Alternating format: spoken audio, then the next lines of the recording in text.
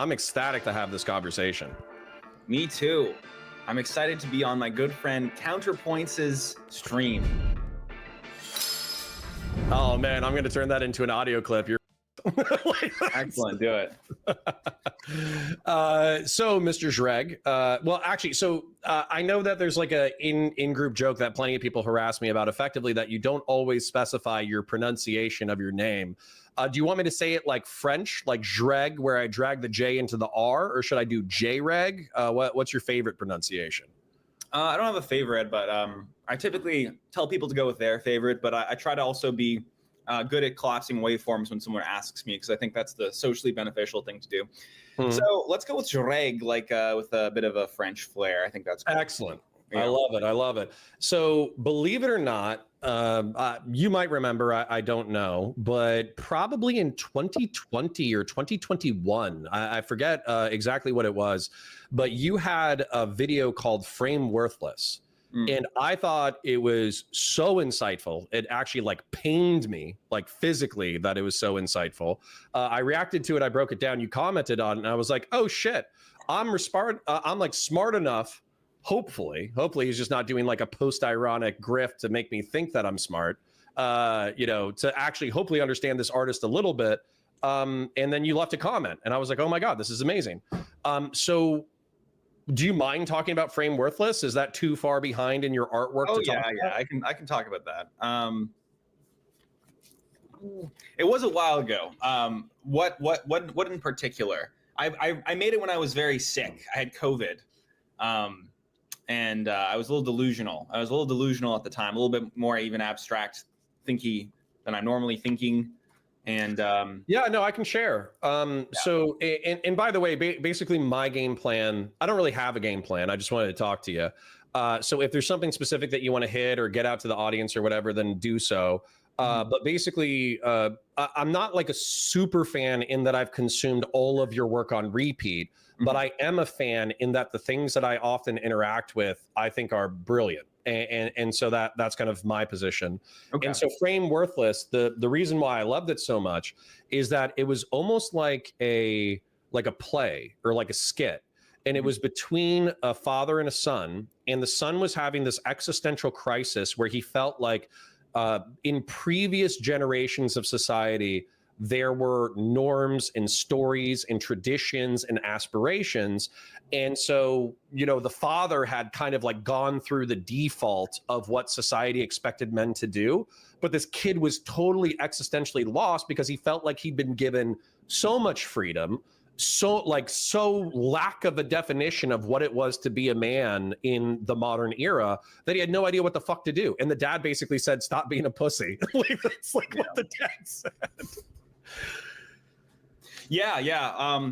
Well, I didn't mean any of that. I just had a father character and a son character, and just free associated. No, I don't know. I think I have my immediate impulse whenever someone analyzes me is to just accept whatever they say.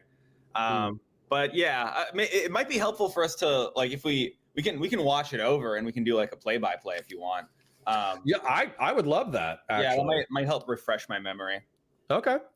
And then even before we do that, I also got to say, one of the things that I felt so passionate about, I DM'd you about it because it was actually, you're at like 500,000 subs, right? There was this thing that I feel like is viciously underappreciated because it's at 200,000 views, but I think it's brilliant, which is I watch my videos at 2x speed. Oh yeah. I'm glad you like that. That's that's one of my best songs. Was grossly underperformed at the time, but it caught up a little bit. There was a while where I had like 30,000 views. I was like, well, that's just the price you pay from trying to make art on the internet. But do you find that, I'm pulling up the stuff, but do you find that to be true, that oftentimes you have an instinct, or you feel like you poured your heart and soul into something and then it underperforms, and then you just kind of throw shit at the wall and then it overperforms and you're like, fuck you. Yeah, well, it's actually, YouTube's very predictable. The more love and effort you put into something, the worse it'll do. So, I always make sure you gotta earn you basically got to earn enough algorithmic momentum to post good things, and then slop it up the rest of the time. Slop. So I've got an album, and I have like the entire album animated. It's beautiful, great piece of art. It's gonna get maybe 30,000 views. So I gotta slop it up a little, I gotta slop out there. Yeah, you got to do some anti-centrist memes and then drag in all the fascies and the far lefties and the far righties. Yeah, I got to pretend like I have an opinion about all this Iran stuff now, and that'll do great, I'm sure. So actually, so I'm pulling it up and we can watch it momentarily, but I wanted to ask you as well. Stephen Bennell, Destiny, and Dan and you had a conversation. And I think one of the interesting moments about it was you were basically saying like, no, I'm sharing my genuine opinion and I'm actually trying to get away from the post-ironic character. Have you landed anywhere different since that time? Are you just trying to be more earnest, or did you bounce back and forth? Where are you at these days? I will say that didn't affect me kind of at all. I remember I remember this happening, and I remember people's reaction to it. But I just remember at the time being like, oh yeah, I was genuinely at the time trying to connect with people who seem to have no soul. And so I think they would probably admit. I gotta dig into that, because I was thinking about this because I was telling Steven about Warhammer lore the other day. So are you saying specifically that either Dan or Destiny or both or neither, that they didn't seem to have a soul underlying their perspective? Yeah, I don't think there's anything there. I don't say that like disparagingly. Yeah. I think streaming is a degenerate medium. It is.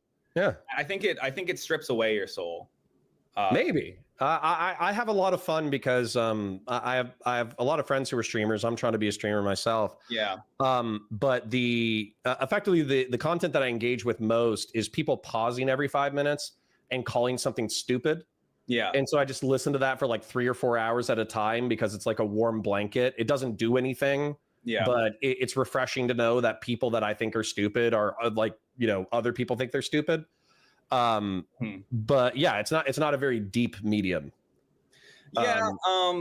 So I guess the question is, I don't think I'm that ironic. I don't think I'm like, if I am being ironic, I'm not aware of it. I think I'm an odd person. And I think that autistic people have a hard time wrapping their head around a schizotypal man. But I mean, I also don't take it personally. If there's like a failure in communication, I'll try to like, wonder where the failure in communication was on my end most of the time. Well, and that's the thing too. I oftentimes feel I stopped smoking marijuana because I feel like I'm schizotypal. And so I'm kind of worried that, like as a psychonaut, if I take one too many hallucinogens, or if I smoke pot one too many times of like a very strong strain, that I'm just going to go out into the ether and not return. Yeah. Yeah, that's fair and true. And, any kind of, if I do any sort of psychedelic, I just feel more like how I normally am, which is it's pushing me in a further direction. I mean, my life is already a low dose mushroom trip. I don't need any more of that. Based. Well, I want to thank Grassroots Hegemon before we continue. Grassroots is a very kind donor to the stream. He gifted 10 memberships, and then somebody didn't get a membership, so he gifted another 10. He's very kind. But I actually do want to try this, where we can watch the segment. You can tell me when to pause, or I'll pause when I think it's worth pausing. And then we could just break this down a little bit, because I think this is phenomenal content. Yeah, sure. Hey, Dad. Yes, son? I've been feeling a bit sick recently. Actually, a little bit depressed. What do you do when you're down? Depressed? Son, have you ever heard the tale of the little bitch boy? The little bitch boy? What's that? The little bitch boy was a slave to his emotions, son. Whenever he felt bad or sad, he would stew in his emotions and say that he was depressed. The little bitch boy would stay depressed because he would whine about his problems instead of solving them. The little bitch boy was not an effective man. However, the little bitch boy's father was an effective man. For the little bitch boy's ancestors had something known as a framework, but the little bitch boy grew up in a world where there was no framework. A framework? A way of viewing the world. Yeah, so even as the father character is talking there, there's kind of like a third character, which is like the editing me when I'm watching this back. And even I think okay, I'm going, you know, in the interest of sincerity, I'm going to simultaneously try to, you know, analyze what I did mean. This was 5 years ago, so I might not have it one-to-one, and also try not to you know, I wrote it with room for, and I wrote it, I don't even want to say I wrote it with room for interpretation. I wrote it delusional, like I was in a delusional mind state. And my friend, my roommate walked in at some point while I was recording this, and he said, "What do you mean by framework?" And I just lost. I was like, "Fuck off! Like, go away! Like, if you give me one more ounce of self-doubt, this video is never getting finished." And so, yeah, because I couldn't think. No, it's very. We're not even to the point that I think shows that it's feverish. Yeah. But it comes across as feverish. But I think that almost adds to the level, because not having a framework can be quite feverish, where you don't feel like you can get your feet under you. You feel disoriented. You feel, you know, kind of sick in a way. Yeah. So I think one of the themes, I can't quite remember, but I think one of the themes here is just the desire for every sentence you speak to crawl back into your mouth. Like, you know, you don't feel solid saying anything or doing anything. And I think even listening back to the father character, there's like one frame where like there's like two assumptions that pop up, and one is like, there used to be frameworks, two, there are no frameworks anymore, and that in and of itself is like a framework. This is like axioms that I'm using to tell this story. And so editor me is kind of like being like, okay, even here there's some assumptions going on, like 1, 2, and those are the assumptions. Yeah, so that's just, I think that's what I was doing with the things that pop up on screen, but I think that also changes. So anyway, we can keep going. Okay. It's a framework. And some things, everything is a framework, and some frameworks work better for some people. The little bitch boy had the worst framework of all, which is to say, none. Am I the little bitch boy, Dad? What? No, I love you, son, and I wouldn't disparage you. I'm not sure what you are. I was the little bitch boy, son. You were the little bitch boy? Yes, son. And I hated being the little bitch boy, so I turned to my father for advice as to what to do. And so I did what he did. I took all of my feelings and I bottled them up. I shoved them deep down inside. Layer 0. What do I mean? What, go back to that freeze frame there. Okay. Assumptions. There's a father. There's a son. Layer 0. Oh, layer 0. So this is like, I think I'm referencing the irony levels here, where like layer 0 is sincerity, layer 1 is irony, layer 2 is post irony. So I think like I'm just trying to sincerely say like, I think this might just be noise.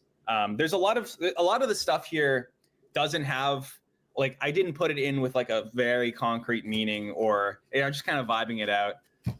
Which you know, I'm a little insecure to analyze my own art in this way, and I'm kind of more curious to see what you got out of it. But yeah. Yeah, sure. I'll tell you, and if I interpret massively incorrectly, my apologies. But assumptions, there's a father, there's a son, layer 0. What's interesting to me is I actually use Photoshop a lot. This is a reaction that I didn't have at the time when I first watched it, but a reaction that I'm having now. Yeah. And with Photoshop, you build a piece of art within layers, right? So first layer, second layer, third layer. And so layer 0 is kind of like your foundation. Yeah. And so what I would almost read it is assumptions. There's a father, there's a son, and then layer 0. I would almost presume that like you're trying to point at something that's foundational beyond the symbols that you're talking about. That's kind of the way that I would read it. Yeah, yeah. I think that makes sense. It's kind of like the background. It's of like what's going on. Yeah, and I think that is the point of the piece, in my opinion, is trying to find like some kind of fundamental reality to hold on to desperately. Yeah. Wow. You know, this is very interesting because like one of the themes of the frameworthless thing is, I think I get into this later, but one of the ideas I was exploring was like this idea of like, I hate like making things concrete by talking about them. And so much like art analysis is doing that. And even when I'm like even when I like kind of feel like I know what I was meaning there, I still like, I feel like resistant to talk about it because I tend to like not talk about interpretive art and just let people interpret it however they want. And well, if you want to, then what I would say is I would be more interested in talking to you. yeah. So what I would say is if it's going to be this thing where like you want to share, but you don't want to share too much, and then also like you don't want to solidify the art, but you're curious in my interpretation, Yeah. I would rather just give you a summary of the way that I understand it, and then we can just chat. Sure, sounds good. But the other thing is like, I think this is like, I haven't watched this back in a while. And it's almost like it's a little painful or something. Well, I would understand how. As a matter of fact, I wouldn't mind talking about that. Bottle them up. So let me just chat shit with you then, and I'll kind of give you my interpretation, I guess, and also one of the things that I remembered as I was watching it. So the story of the little bitch boy, of course, like I understood almost immediately. I was like, oh, he's talking about his little bitch boy son, and then he's like, no, I'm the little bitch boy. Yeah. One of the ironies of that like generational cycle, maybe this is admitting to having trauma that I shouldn't admit to. However, my father is like a fundamentally good man. Okay. He worked his ass off. He paid his bills. He took care of his family, all that kind of stuff. But as far as specific guidance on how to live your life, not a lot. Yeah. And when I went to him looking for specific guidance on how to live my life, he would oftentimes just refer me to religion. But with religion, there's a lot of contradictions in Christianity and Catholicism versus Protestantism and all this kind of stuff. Yeah. And so as a result, I ended up rejecting the framework to which he referenced me. And then I ended up being totally lost. And then what I think is interesting about Western society is when you're lost, the default framework is nihilism and hedonism. Yes. And so for me, I defaulted to nihilism and hedonism, thinking that I'd found some new free philosophy that had liberated me from the shackles of patriarchal Western Christianity. Yeah. And it's not. It's just shit that people have been doing for like 3,500 years and understood for 3,500 years. And I was just an asshole trapped in ideologies that I didn't understand. Yeah. I think, okay, let's watch the whole thing uninterrupted. Okay. And well, because I don't know if the people watching have seen the video. Yeah, we'll like a refresher, and then we'll talk about it. Yeah. Yeah, sure. Yeah. Yeah, because I'm probably going to take notes. I'm going to have a sticky pad. I'm going to take notes too. Because I'm sure watching it is probably going to kick some shit loose in my brain. Yeah. Yeah. And I bottle them up. All right. Max audio. Sticky notes. I like your notepad. Thank you. I shoved them deep down inside until I could feel them rotting inside of me. So you're saying men should ignore their emotions and women should be controlled? No, son, please. Keep listening. In following my father's advice, I realized that it wasn't quite working, so I changed my framework. I started being emotionally honest with about half of my feelings and dismissing and shoving away the other half, almost at random, really. And that's what I should do. If I feel depressed, I should bottle it up, but only sometimes, just randomly. Yeah, that's a great idea. Yeah, okay. I will. Fuck it. I'll say some things. I don't know. I can't even decide how I want to go about this. Dude, I have no problem. Let's just let's commit to a framework. Okay? Yeah, exactly. I think so. The framework that I'm going to commit to is we are going to watch it, pause it, react to it, and it is what it is. And here's the other thing. I don't want you to think about me. I don't want you to think about the audience. I don't want you to think about any of that shit. Oh man, that's hard. What happens is with live streams in particular, people are trying to listen to shit in the background. And so going on very long rants about random insights is actually quite entertaining to them. Okay. So if you have a long-winded rant and you're like, oh shit, I've been talking about this for like 2 minutes or whatever. Yeah. Don't worry about it. Keep going. Okay. So I can speak to like a few of the techniques I was using there. One of the things I do when I'm editing my videos is like I leave a little bit of an overlap in the clip so that like the sentences flow from point A to point B easier. But in this one, I very aggressively cut the two clips together so that there's a lot of overlap. Sometimes there's like 3 sentences playing simultaneously, and it kind of creates like this noisy aesthetic effect. And if you go back like 5 seconds, Sure. No, bottle it up. With about oh yeah, and then one of the things, so the sun immediately goes for kind of like so you're saying all men should do this and all women, and it's like I think there's like an immediate shutdown from the dad. You're like, follow my train of thought without losing the thought, like from like an emotional reaction of what you think I'm saying. Like, follow the thought, like just keep following the thought. Well, and that's actually kind of what I want to do, because I think you hit me with a spiritual rhetorical uppercut in the next 45 minutes after he says, shut the fuck up, I'm not telling you to be stoic randomly, because he actually explores the double-edged sword that is stoicism. Yes, yeah. And I am I think I've always been just inherently a little suspicious of stoicism as well, and I think that was coming across there. But yeah, let's see. All right.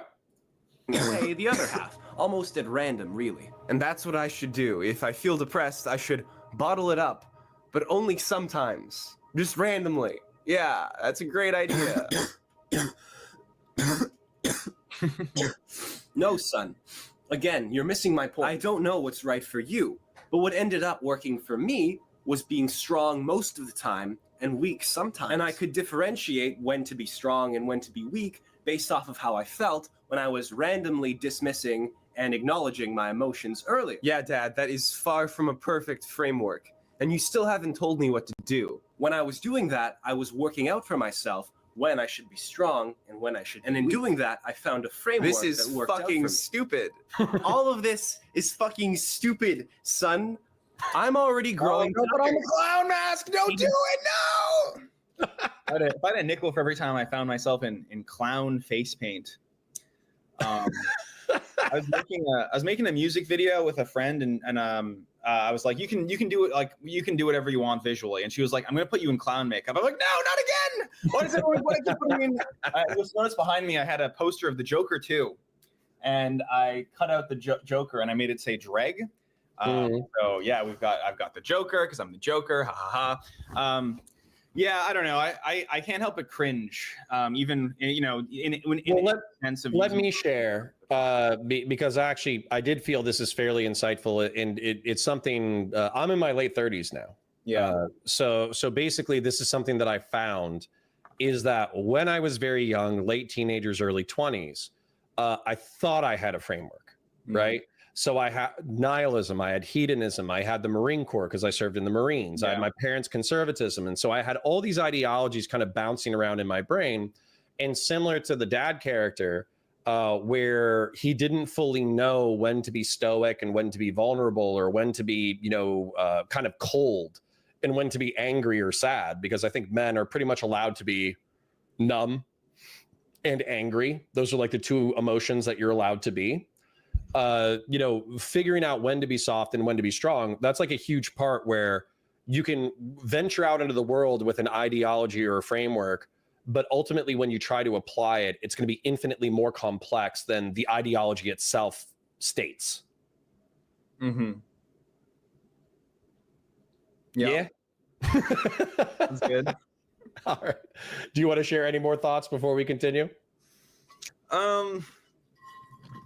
Just looking back on this 5 years later, I just find it funny because like I think the premise of this skit lasts like 2 minutes before I get bored of it, and then I'm just like, fuck it, I'm gonna put face paint on the guy who's trying to posit something, and then he's gonna be schizophrenic too. I mean, I don't know, because I'm remembering now that the son is kind of this postmodernist character of like nihilism and is thinking he has a framework and not actually having one. Yeah, I don't know. Let's keep going. Okay. Of my voice, it's a lot harder to try to find out how. What you need to do, son, is you need to find a framework that works for you. It can be any framework. You can pick one at random, really. What matters is that if you don't have a framework, you need to start following a framework and commit to it, like you would commit to a woman. It's very easy to just call something stupid. Are you saying women are frameworks? Yes. Why is Okay. it so hard on this? What do you remember? What do you think? What do you think is going on with like the gender? Like, like he'll bring up like men and women as like an example, and then the postmodern guy the son will be like immediately fixate on that as like the analogy. Yeah, my read of that, especially now, kind of post red pill, is that oftentimes like a lot of dudes, especially young dudes, are looking for sexual conquest. They're looking for a way to relate to women, and that's obviously such a massive part of being a young man. I would say particularly 15 to 25. There's this massive anxiety and drive to be a man, so you can attract a woman. And so I would almost feel like his insistence on constantly trying to jam everything into like, oh, well, is this sexist? Is this how I'm supposed to interact with women? What the fuck are you talking about? I would say it's like almost like an anxiety about whether or not he would be able to even interact with women. Yeah. And I think like he's talking about, oh, you need to just commit to a frame. Well, I think you're about to say something insightful about relationships in a second as well. Right. I just remember like I'm remembering now that these are like this is just a conversation that was happening in my brain at the time, and then I was incarnating kind of sides with characters, and it's a father-son dynamic as well, and these are like presumably straight guys. Like this is a father and son. It's not a daughter-mother dynamic. It's like these are like aspects in my head that I'm and even like a mentor-mentee relationship, right? You can kind of project a more mature version of yourself to mentor a more immature version of yourself. I think it might be useful for me to talk a little bit about because this was in a very different time in my life when I didn't have a mentor, and I have two great mentors now, and it's been so beneficial for me. And I have a real world community full of people. I have contextualization above me, around me, and like below me. And I didn't have that here. I was very isolated. COVID had just started. I had COVID. I felt very lonely.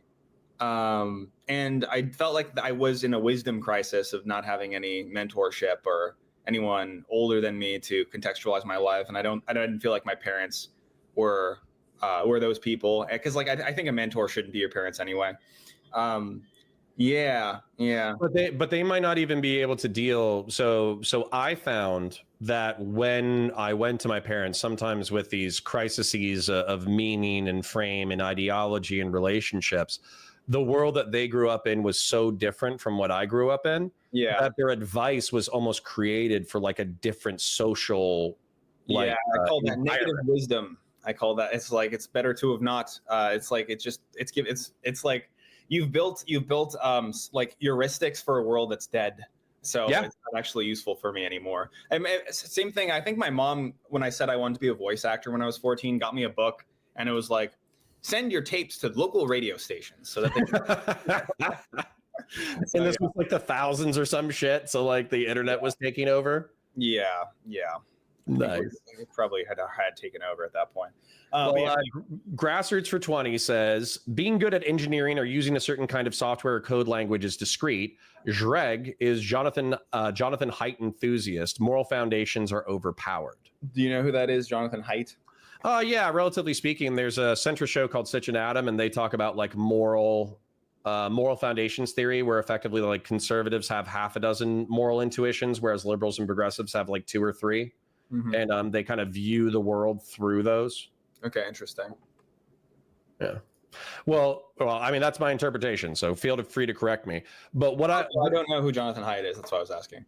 Gotcha. So in reference to this, though, so you were saying that you didn't have a mentor, and you just mentioned how you had context above, to the side, and below you now. Yeah. One of the things that I think the reason why this resonated with me was because when I was 19, when I was 22, and I was getting out of the Marine Corps, I similarly did not have above, below, or sideways contexts. Yeah. And so as a result, I felt totally bewildered and lost. And whenever I asked somebody for advice, they, in my opinion, they just gave me shitty advice. Yeah. So it was kind of up to me to almost self-mentor and think through my own problems in order to find the solutions. Yeah. The fact that in a fever dream, you created a mentor father figure to try to work through your conflicts within ideologies is actually unsurprising, but like very resonant and sad. You know, looking back on it, I don't think I would have.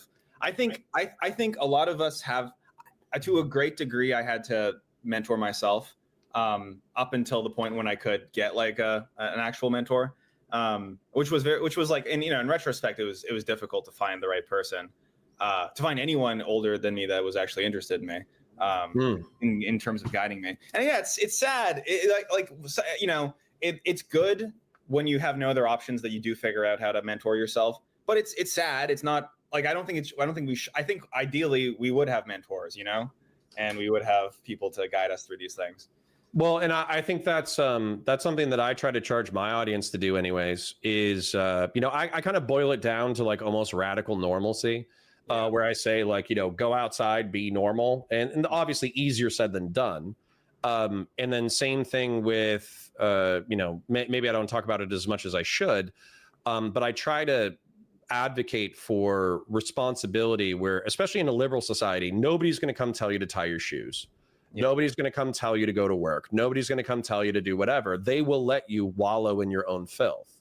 Yeah. And not just that. A lot of liberals, I'm called a liberal very often, but a lot of liberals feel no moral duty to culturally pressure others to do better. Yeah, And so as a result, I think there's tens of thousands of young men, maybe hundreds of thousands, who they're basically allowed to wallow in their own spiritual filth because they don't have an exterior mentor. And they also don't have the capacity to talk themselves through their own problems. Yeah, I agree. It's compassionate to make, you know, judgments sometimes about how things should be or how people should behave. Yeah, and give them external pressure. Yeah, it doesn't have to be cruel, but it can be direct. Yeah, it's like and you know, that is the stereotypical role of the father. Whereas the mom's supposed to like nurture you and kind of validate what you're doing and make kind of guide you along the path. That dad's supposed to be like, stop that, no, don't do that. Mm-hmm. You know, get out of your filth and clean your room or whatever. So, and obviously your dad's not telling you to do that. So you watch Jordan Peterson, whatever. So yeah, unironically, I'm a fan of Jordan. Yeah. I think though, your next phrase is pretty insightful when it comes to commitment and experience. So if you're ready to check that out, I am ready. Framework, son. People are frameworks. Politics is frameworks. Morality is framework. All frameworks have flaws, but that's not the point. The point is that any framework is better than no framework at all. Any framework is better than no framework? Okay, I barely know what you're even talking about when you say framework, but I'm pretty sure I can think of a few worldviews that are objectively worse than other worldviews. Find out how to express a thought on your own. Okay. The son character is it's reminding me of just like, I think that is kind of my default. That's my default state, is like, I almost hate when anyone says anything. I hate when I say anything, because like I can see immediately there's like some underlying tension there, and my instinct is just like, and then nothing means anything, and noise. So I don't know. That's the emotional reaction listening to that back. I'm like, oh yeah, I recognize that voice quite a lot. I don't think you're charitable enough to yourself. Mm-hmm. And that's actually part of the reason why I reached out to you. I sent you a DM probably after this. And then I think I just sent you another DM because I saw like a confessional video where you were just talking about how, lost and shit you were. And it didn't seem like a satirical piece. It seemed like an actual expression of like, holy shit. Like I have no idea what the fuck is going on. I don't know what I'm doing. I'm kind of lost. And the reason I sent you a DM basically saying like, if you ever need something, reach out. I know it's weird to have people on the internet do that. But effectively, like the insight that you're offering here, my internal voice would never go, like it would never self-criticize because I actually feel like you're just accurate. And I'm pretty sure what your father figure is about to say, even if this is a misinterpretation, bear in mind 5 years on. Yeah. But you're saying that through committing to frameworks, through trying to follow an ideology, you end up gaining experience about what works and doesn't work. And from that experience, you can use multiple ideologies in order to cobble together your own. And so the analysis paralysis of not doing anything is actually worse than committing to, I was talking to Erudite about this last night, committing to a flawed dogma temporarily and learning what you can is better than doing nothing at all. Yes, yeah, and that is kind of, I think that's the main point. I mean, I think I go in other directions, but I'm pretty sure that's the main point of this video from what I remember. So, well, and that's also we brought up Jordan Peterson. That's also another Jordan Peterson thing where he talks about like aiming for goals. Yeah. And he says that effectively, like whether or not you end up at your target destination is not anywhere near as relevant as setting a goal and pursuing it. Because the truth is, since humans are like wildly socially complex creatures, if your goals change over time, that's okay because you adjust your aim. Yeah. I think I think there's like a trepidatiousness and like a commitment crisis in the younger generation. It's like hard to, when there's so many options for like things you can believe or people you can be with, it's hard for you to commit. But then you don't like committing in and of itself is a skill that we like don't know how to, we don't like harness, we don't like evolve the skill of committing. But I was very lucky to be raised by conservative parents because whenever I wanted to quit something, they were like, fuck you, you committed to this and you're going to follow through. And then also whenever I had any trepidation about anything, they were like, stop being a pussy. Like, so I kind of had, I had commitment and I had decisiveness, like bred into my, like beaten into my brain over decades of what some people would probably call emotional abuse. but I call instilling values. Yeah, I mean, don't be a pussy is it works sometimes, that phrase. The guy I built the studio with, Art Chad, he embodies a lot of the kind of like lessons that we've been talking about in terms of like, it's nice to be able to like say something concretely. So like he ends all of his videos by saying never kill yourself. And like, that's like, okay, yeah, we can agree on that. That's like, you're cutting through the postmodern noise and just like, here's a value.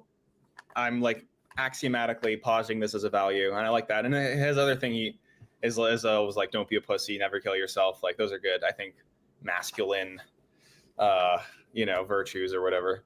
And from that, virtue on which you can agree, you can branch out to the next thing and the next thing and the next thing and the next thing. Yeah. All right, I'm going to play you. I'm going to let the wisdom of 2020 Jreg battle with the wisdom of 2025 Jreg. Try to act it out. If you don't pick a framework, then you'll never find anything out about anything. And you'll also never have to commit to anything, which is appealing, which is why nihilism won, but is also why nihilism it's won is a so dead end. well, What I will say is that passive nihilism is a dead end. Humans tend to be creatures can't know belief. Everything and faith. Passive nihilism is a framework in so much as an anti-framework can be a framework. I'm already growing tired of this video, and I'm not even sure, really, what I'm trying to say. But I have If you never faith, attempt son. to follow a framework, then you, from your own experience, will know nothing. Yeah, okay, so that is just like, while you keep getting triggered by the clown makeup. No, I've accepted the clown makeup. That's fine. Okay. I just remember like the themes of the video as I was filming it were kept bleeding into like me filming it. A lot of the stuff that I'm saying here is not in the script that I wrote for it. I remember I was writing the script on my phone, walking around delirious, And then I sat down, I read it off, and then I was like, I kept adding things while I was editing and while I was speaking. But like, I was like, I was like halfway through this, and I was like, I can't finish this video. This doesn't make any sense. I'm just speaking gobbledygook. No one's gonna find this valuable. But then at the same time, I was like, okay, I'm gonna take my own advice here and just push through it. Kind of like I have to commit to releasing this video. That was going on behind the scenes there, but like, yeah, it was very meta in that sense. Well, I'm going to speak as a creator now, instead of a critic. So, I have always been a B+ student at life. And what I mean by that is I don't study, I don't do the homework, I don't do any of that shit, but I'm pretty capable. And so I just do it to the maximum of my capacity and I ship it out the door. Yeah. And I found oftentimes artists are perfectionists or suffer from analysis paralysis. Yeah. And so as a result, they have a really difficult time pulling the trigger, whereas that has never been a problem of mine. Yeah. And what's funny, at least, thinking back about this, is there was like probably a real instinct of yours, like, this is trash, I don't want to ship it. Yeah. Whereas for me, having a father-son, mentor-mentee relationship, having a dialogue about how, I think you're right here, you're saying passive nihilism,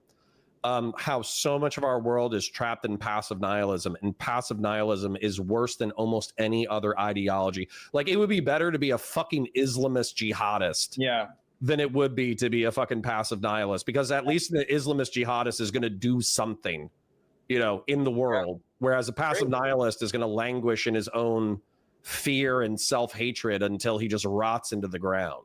Yeah. The other thing the reason I was going against this is because I was trying to articulate what I meant when I was saying I didn't like centrism, and I was sort of like, I'm sort of drawing a parallel here, and I don't know if you maybe drew a different conclusion about that one, but when I'm talking about like patchwork of different ideologies, I was thinking like different extremes and stuff. But Christian Valeris, real quick, Christian Valeris objects to passive nihilism being worse than Islamist jihadism. Wrong. Christian Valeris, if I am to steel man my own position, what I'm saying is, you could have joined ISIS and then realized that ISIS is cringe and then move to be like a neoliberal shill, kind of like the current president of Syria. He was actually formerly Al-Qaeda, and then he decided that Al-Qaeda was cringe. But if he was a passive nihilist, then he would have just sat in his little shitty apartment in, Damascus, or not even Damascus, in Aleppo, and allowed the government to drop a barrel bomb on his fucking head. And now he's the president of Syria. So while I'm not saying that like terrorism is better than, not terrorism, I'm saying that engaging with the world is better than not engaging, even if what you engage with is bad. Maybe your audience would be more sympathetic to a different radical ideology. Like a fascist. Be a fascist. There you go. Or a communist. There's some communists in my chat, so they would be like, but that's not even bad though. Yeah, exactly. Complicated situation. Okay, I agree with you though. Let's keep going. All right. People whose frameworks are stronger than you, who have tried if you want to be able to think for yourself instead of only being able to follow advice, you're going to have to commit to a framework in the same way you would commit to a woman. Ooh, you keep saying that. It's not a good look. It's not a good aesthetic that you've chosen as an example here. When I met your mother, I never thought that she would be the perfect woman for me. Realistically, there is an infinite number of possible women that I could have, and all of them would have had their pros and cons. But the point isn't to find I knew your mother was a good choice, but I also knew that she was not You can find a perfect woman, but without commitment, and you can be perfectly committed. But if you're committed to a terrible woman, then that won't matter either. You are far too hung up on women as frameworks, Son, Dad. it is... Hold on, you're about to say what I'm probably about to say. Painfully easy to deconstruct as you are doing now. It is much more difficult to posit something and have it be challenged. So hold on, I don't want to miss this, because I also find this incredibly insightful. So in the age of social media, you might have said this as well, that we have endless options. We have endless options for employment, endless options for fantasies about vacation, endless options for fantasies about material wealth. And frankly, a substantive amount of social media is just women posting like not fully nude pictures, but posting, you know, photos that suggest their like fertility, basically. Yeah. Like even married women do this shit, right? Yeah. And so you can kind of, in the era of social media, you can kind of picture yourself, especially when you're not married, especially when you don't have kids, you can kind of picture yourself in a relationship with all these women who are effectively advertising themselves on social media as your potential next mate. Yeah. And so you get so lost in the fantasy of what these women could be like that you never actually engage with a real woman. And then you were talking about like the perfect woman, right? Yeah. There's probably like a perfect woman for that syncs with you perfectly, but whether or not you're able to find her is a completely different question. Mm-hmm. And then whether or not you're able to commit to her, which was one of your throwaway lines in here, is a completely different question, because you might find the perfect woman, but then for some emotional hang up, you don't have the ability to commit. And so finding a good woman or a great woman with whom you can commit is infinitely better than trying to find the perfect woman. And if you analogize this back to ideology or frameworks, what I think is so funny about this line is that rather than focus this as an analogy for frameworks, which is what the kid is struggling with, he gets so wrapped up in is this sexist or not that he totally misses the point being made. And I also think that's another thing with the TikTok generation in particular, with like Steven, and he's going into the debate world. They don't even have the capacity to have the conversation about the more complex topic of how do you figure out what is right or wrong, because they're so fixated on whether or not it's racist or sexist first. Right. Yeah. Well, I'll just nod my head to that one. Okay. Like that. Sorry, that's actually like a fairly deep insight. Yeah, well articulated. I'm here with like the foremost frameworthless expert. Good. I'm happy I'm understanding it. Are you ready for the next segment? Yeah. All right. Using life partners as an example, but you could say the same with jobs or hobbies or friends. My point is that it's a lot harder to believe than to disbelieve, but in believing, you make yourself stronger, or at the very least, more defined in a certain direction. Faith makes you more defined. Commitment makes you more defined. Yes, you can be defined by negative frameworks, that's definitely possible. But if underlying your frameworks there is a meta framework that wants to find the best framework, then I have faith that you will orient yourself towards the one that works best for you. The point. All right, I hate to project this onto you because I don't know whether or not you have a positive or negative version of JBP. But with Jordan Peterson, one of the things that he consistently argues is that at the base level, you just have to wake up and put something into order that was previously in disorder. And he just encourages you that as a habit. Just do that every single day, right? And so I see that as analogous to what you're saying, where it's like, you're not going to figure out the perfect ideology on how to be a good human being overnight, but you have to wake up and you have to start. And as long as you have at the bottom of your framework the fact that you're looking for the best way to perceive the world, then eventually you'll get there. Yeah. And I think that's it's a hopeful statement. Yeah, it is. I guess the hope there is that underlying your framework, you are trying to reach a good spot, because I think that video you probably saw was from my Jreg channel. It's my secret third channel, which I never talk about.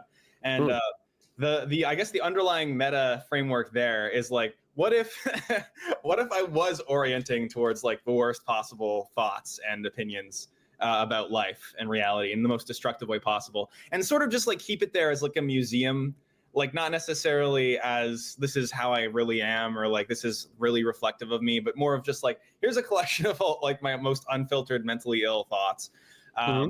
So I do feel a little paranoid about having that channel, because the last thing I want is for someone to see that kind of stuff and view it as like a serious cry for help, rather than just sort of like an art piece or a museum thing. But anyway, I don't know.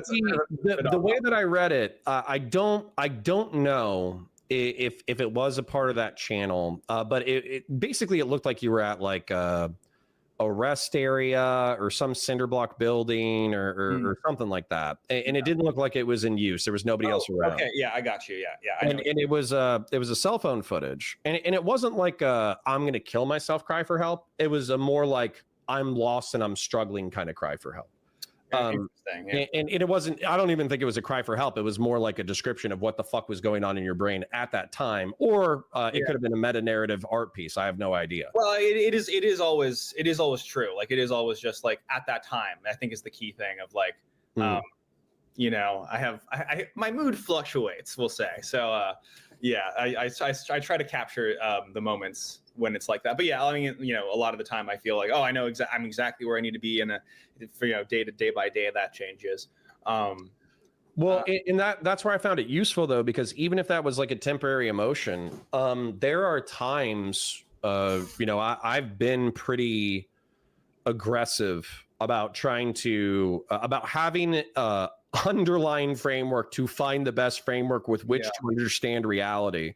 Yeah, that's been me the entire time. And I've been very motivated to pursue that at almost all times. Yeah. So I almost don't think I've ever experienced depression, but I have experienced anxiety. And there were moments where in pursuing like a higher understanding of reality, I just encountered so many things that were so fucked up that it was difficult for me to understand either on a mental level or emotional level or spiritual level, that I was just broken. And that's kind of what that video reminded me of. It wasn't like this permanent surrender or defeat to nihilism or cynicism. It was more like the burden of trying to understand the world is so complex, I'm not sure if I can handle it. Yeah, that sounds about right.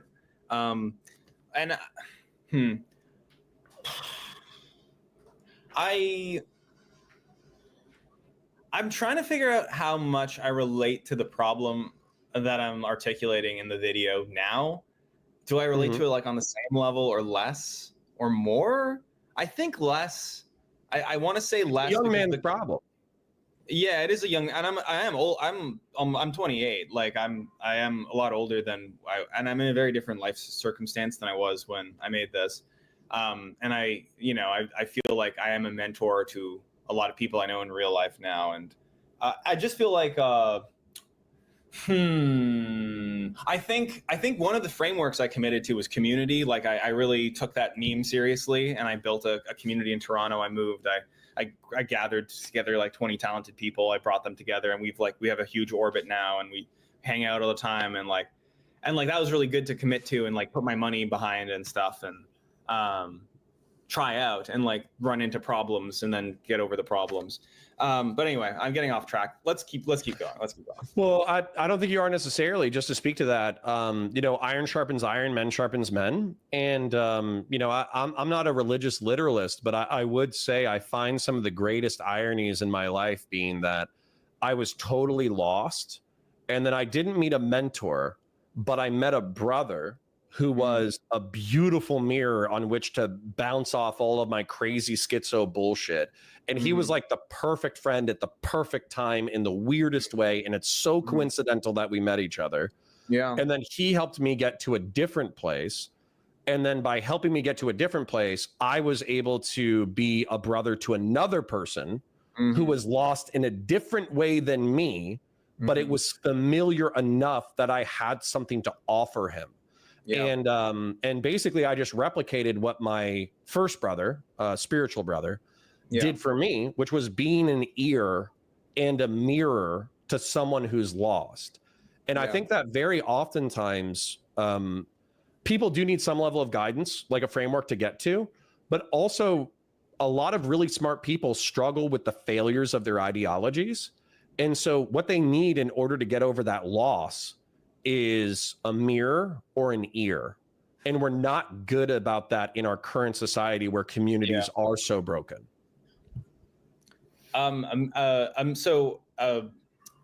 Interesting. So a mirror is like someone who's kind of like a mirror, like in like the same position as you, and then an ear is someone who's listening to you. I would say the way that I was using it is a mirror can reflect back to you the good and the bad of what you are. Yeah. And then an ear is kind of like more passive where they just allow you to bombard them with your ideas. Interesting. Okay. Yeah, I think that's an interesting story. I was thinking about even making a video on my second channel, just saying like, we're often like, we think like communities like impossible, and it's really hard to like meet people, blah blah blah, and it is. But like, also sometimes you do just need like one person, like, you know, that brother you met, or for me, like just meeting our Chad Brogan when we built the studio together, or just meeting, you know, JJ, my mentor, and, you know, all the things that kind of came from that. It's like sometimes it is just one guy, and then you meet one really, really good guy, and then from that, the spring of all these opportunities and other people come. And yeah, anyway, the point is, yes, underlying the frame should be a good meta frame, finding the best frame. Anyway, let's keep going. Sure. Point is to not pick the proper framework that works for you on your first try, but to orient yourself towards the best framework that works for you based off of trial and error. Yep. Do you ever define frame? No. This conversation is That's what I was talking about. My roommate. What? Can you define? Make a definition of framework. I'm like, fuck out. Yeah, like, get the fuck out of here, nerd. Yeah, I'm like, exactly. Yeah, I don't have time for this autism right now. Yeah. It's like you're just wordily dismissing my feelings. This framework about frameworks is just another That's framework. the pattern of the sun's right? shirt, by the way. Like, I don't know if you noticed that. What's that? But that the thing over the screen right now is the pattern of the sun's shirt. The shirt he's wearing. Yeah, I don't know. I also can't remember why I did that, but Well, it's probably just breaking into the way that I would read it is breaking into fractals. You know, Right, oftentimes ideas are nested within other ideas, all that kind of stuff. Yeah. I think I was going for that. I also think it kind of looks like a virus or something. Replicating. Yeah, I don't know. I think I go into some virus metaphor at some point, but yeah. Yeah. waste so much time thinking about this stuff. Why couldn't you have just given me some normal advice? Maybe I'm trying to work some things out here myself, my son. And yeah, I think saying I've thought about this too much is a fair point. But within the context of this conversation, you have asked me for my thoughts. And now I'm going to give them to you. You wouldn't be here if you weren't at least interested in them.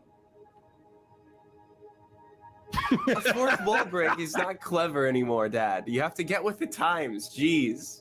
But this one, right now, is to me. Son. I'm aware of that's what matters. And yet I choose the construction out of the deconstructed I could say parts. That there is no that point is the reconstruction. Or I could say, and perhaps is faith in this point, have faith that there will be a point. Well, what if I don't want to be defined? What if I don't want to play by the rules of a framework, huh? What if I want to just remain an amorphous blob? Oh, dude, I hate this part. This one hit me like a fucking brick. I hated this part. Yeah. Impossible to pin down or criticize. Don't forget impossible to love, son. This is the attempt to reconstruct the deconstruct. We must choose to make sense of things ourselves, or else we will be possessed by a framework that is stronger than our own. I think I get it, though I fucking hated that sentence with every fiber of my being. And the reason why I hated it, intentional or not, insightful or not, it goes back to what I was saying earlier. I was raised by conservatives. They were fiscal conservative. They were social conservative. They were neoconservative.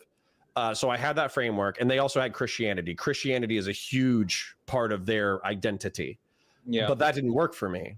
Yeah. And so I thought I was going to reject all of their ideologies, and I was going to go be this amorphous blob of a free identity within the American social framework.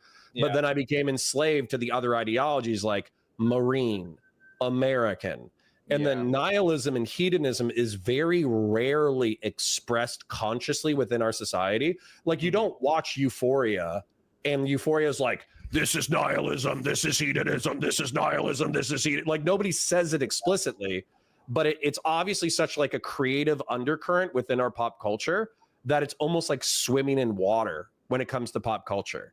Yeah. And so that's where, you know, if you were an active nihilist, that would require more chutzpah, it would require this is why I don't think anyone has properly ever worshipped the god of nihilism, is because as soon as you start getting meaning from worse, being a nihilist, and you're not a nihilist. It's like it's some I don't know. It's like something else, But yeah, because I don't know. Like, what am I even imagining? Like, I put skull and crossbones, and I drink baby blood or something, and I have a bunch of orgies. Like, and then like a normal person would look at that and be like, that's kind of cringe. But like, you can do it passively. You can have that passive nihilism infiltrate your being.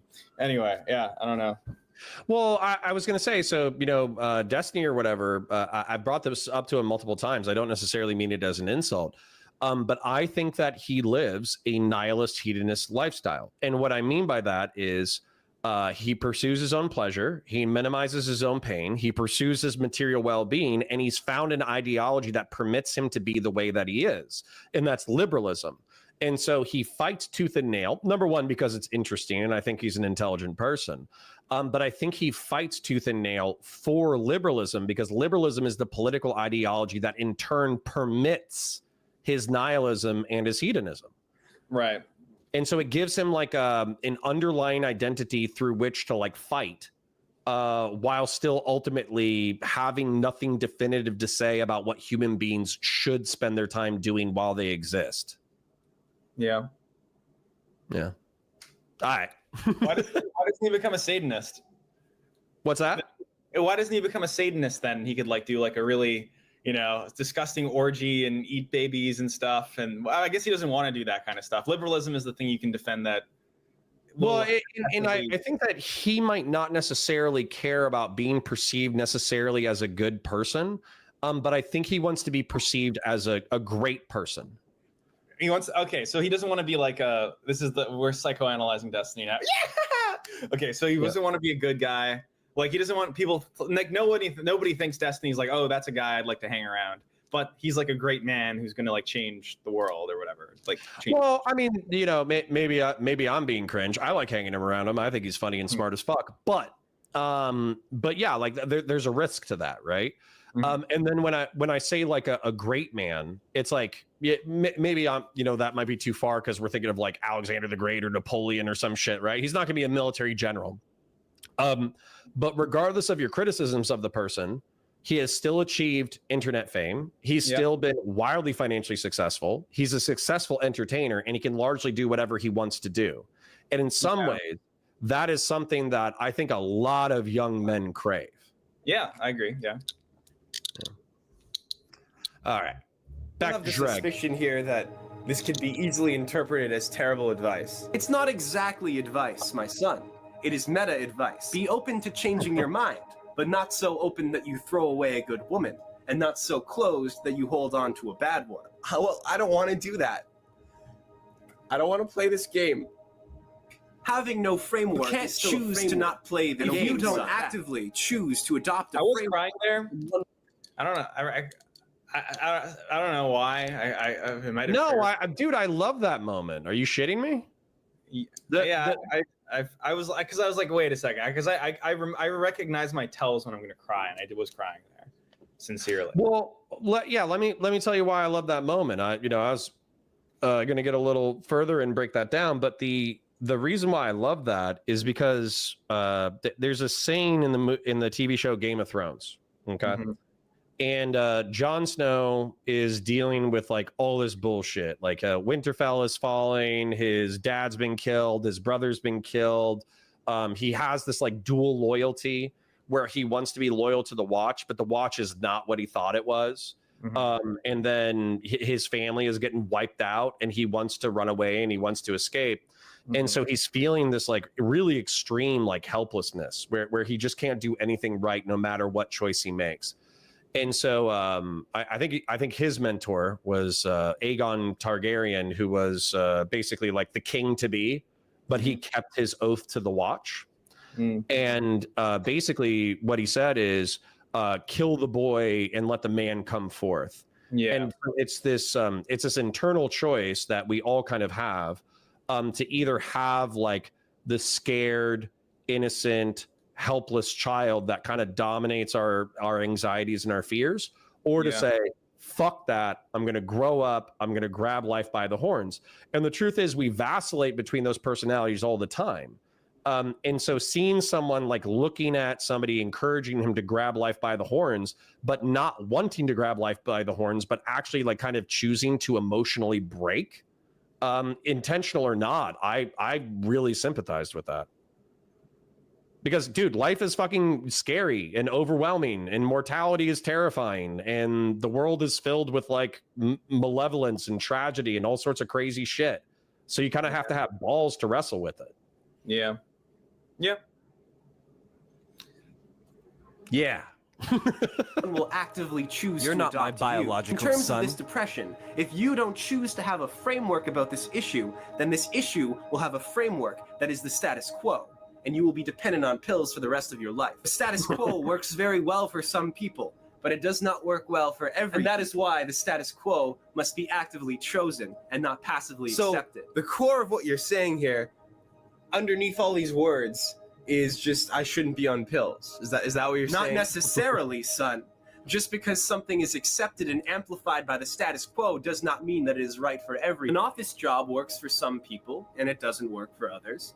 Kids and a wife work for some people, and it doesn't work for others. These are frameworks I have chosen, but the most miserable people are those who have passively and unwittingly adopted frameworks that work against their own interests. Oh, that's why this conversation is on a politics channel, right?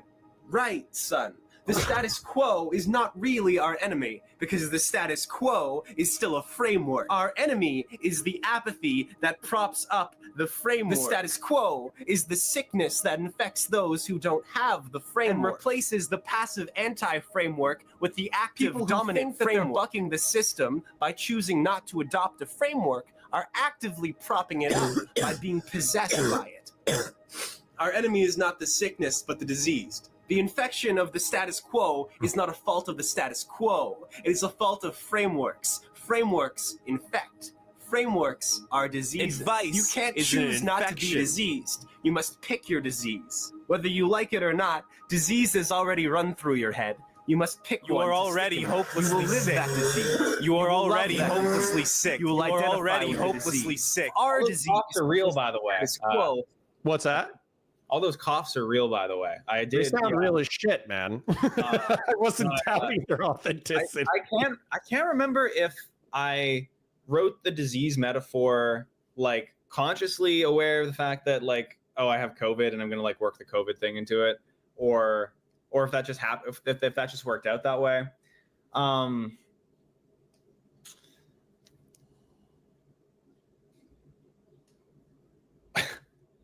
Yeah, I don't know. There's a lot there. I had a lot of thoughts. I probably should have written them down. We can just keep going. Okay. Well, just sharing mine, I guess, because I could probably keep them brief. Yeah. There's an opening to the Bhagavad Gita, the Indian, religious book, where the prince doesn't want to fight a battle.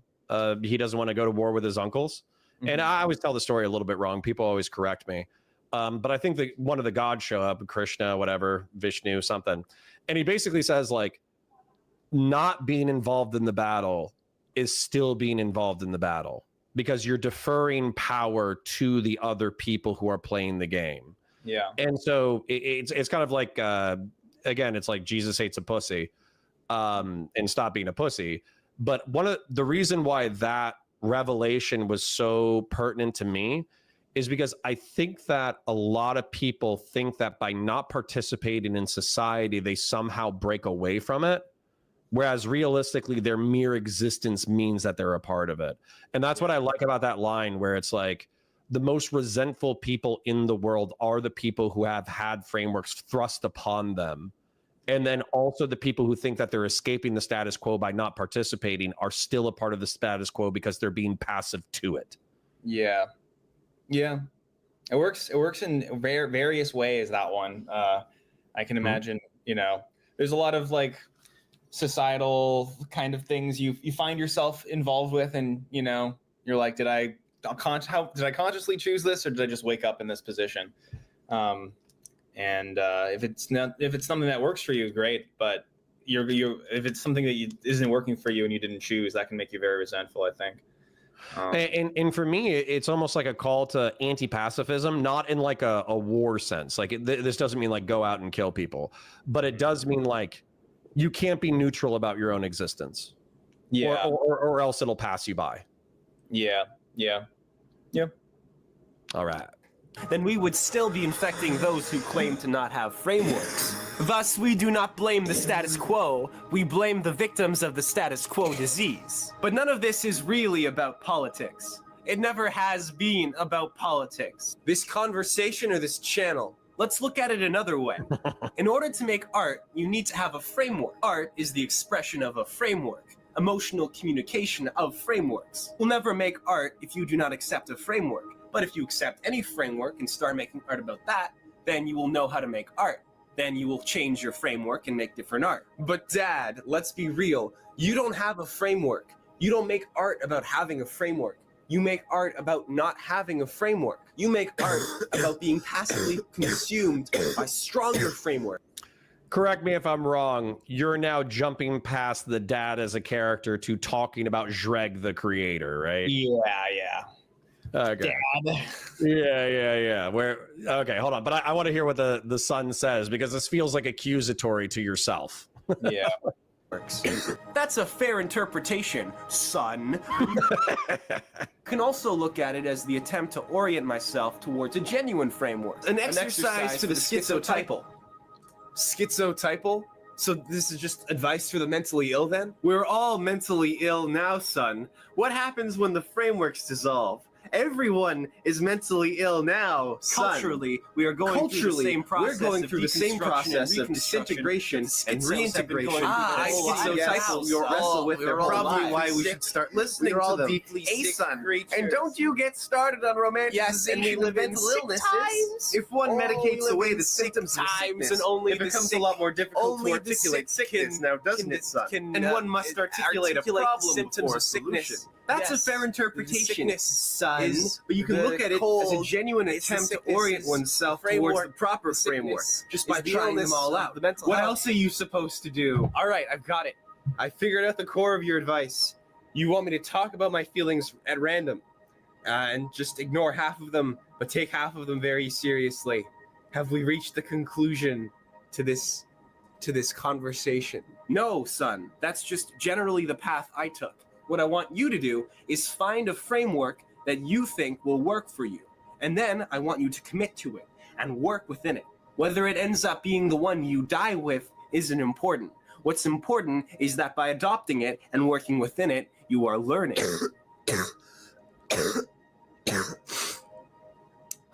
Okay, I think I can do that. I hope you can, my son. So I've been sick for a while now, and it's why the only video I've produced. What's that? What do you think? What do you think was going on there when he coughs and he says okay, and there's like a virus thing behind him? Well, for me, believe it or not, I'm wondering if you actually thought if you were dying. Like I'm not saying this, but kind of the way that there was this funny moment a few moments ago where you were like, I don't care if if you die with the same framework with which you start. And then like, I think the virus is behind you or whatever. Right, and like, I'm not saying that this is what you thought, but I'm wondering if you kind of thought like, I might be dying with whatever the fuck I have right now. No, I don't think I thought I was going to die. I definitely was quite delirious, but I don't think I was going to die. I think I remember what I was going for with there, which is that like frameworks I was like doing a framework as disease metaphor. Yeah, like memes. Yeah, like a meme. So like the son, when he inevitably kind of accepts the father's framework, he's like, okay. And then there's the disease in the background kind of showing like the infection did get to him, but the infection is like a good infection. It's like a life affirming positive infection, but it's still like, I'm still using that disease metaphor to sort of. No, I think, correct me if I'm wrong, but whoever, it's that atheist guy, right? I can see his face. He's really smug. He's a guy who came up with the word memes, right? Oh, Richard Dawkins. Yeah. Dawkins. So I think Dawkins talked about, because he was talking about like meme is like boiling down a memory or an idea. I forget what he said, but boiling down like a concept to its simplest form and then spreading it in a viral way as maximally as possible. And so, that explanation makes sense to me, because I think ideologies are the same way. And that's actually my frustration with the modern political landscape, particularly on Twitch and YouTube politics, is that having a complex understanding of an ideology is no longer necessary in order to adopt it or even propagate it. You just have to engage in the memes. Yeah. And so, why are we... Sorry, what's that?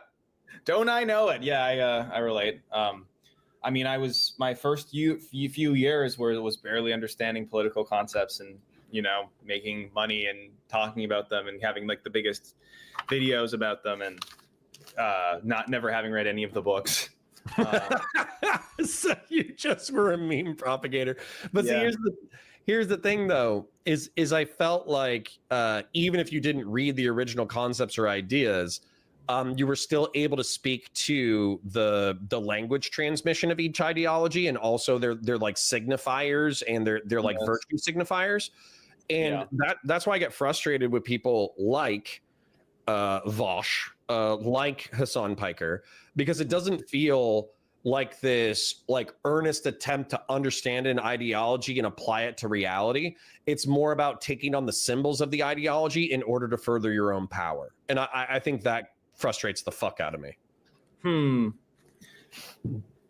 don't think, do you think like centrist liberal types do that the same thing with like extremes? Do you think they like really understand, or do they see like the symbiology of extremes and do the same thing?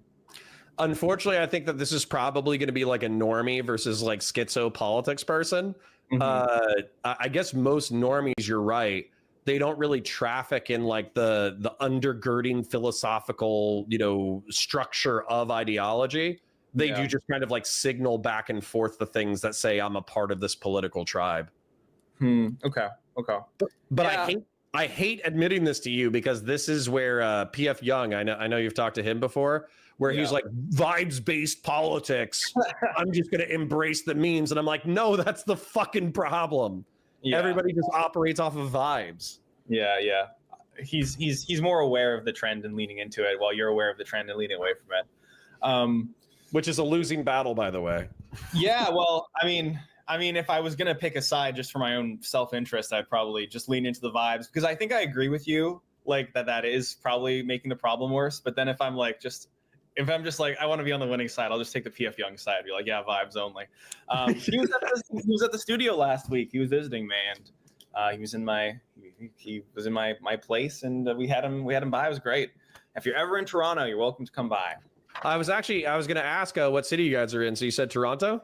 Yeah, if you're ever here, come on by. Cool. Well, I'm hoping. I'm doing this full time now. I'm streaming for Valor Media Network. I'm streaming for myself 25 hours a week.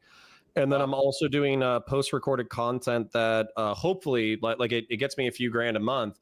But I'm expanding those channels with the backing of an investor. And so I'm hoping I can start making like a 6-figure income. So right now I'm just paying bills. But if I start making a 6-figure income, you better gosh darn believe I'm coming for like a schizo-typal weird mythological debate in Toronto. That sounds like a great time. I love to hear it. And let me know what that 25 hours of streaming a week does to the soul. I'll be curious. Oh, it chisels it away. As a matter of fact, chat kind of can sympathize with this, because they're with me almost every day. Effectively, I go live in the morning and I take psychic damage and get angry on behalf of chat, and I am their entertainment as I suffer. Yeah.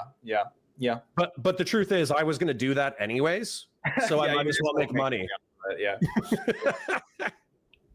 Okay, cool. All right, we got a couple minutes left on this. You want to wrap up the reaction? I think is mostly non-substantive. So let's just finish this off. Okay, cool. Yeah. Houston, let me exit. Let me full screen. But yeah, no, that's that's the way that I would say. I might have watched your other content, but that was the first one that resonated with me to the point that I felt like I needed to comment on it. Yeah. And then I would say the other one, there's like 2 songs that I listen to with some frequency. And I feel like one of them is pretty deep and one of them is not so deep. We don't have to react to it. We can just talk about it. Yeah. But the one that's not so deep, but it resonates, is I want to date someone or something like that that's at least 3 points hotter than me. Right. I just want to be loved by a 10 out of 10. It's like right. Yeah. By a 10 out of 10. Yeah.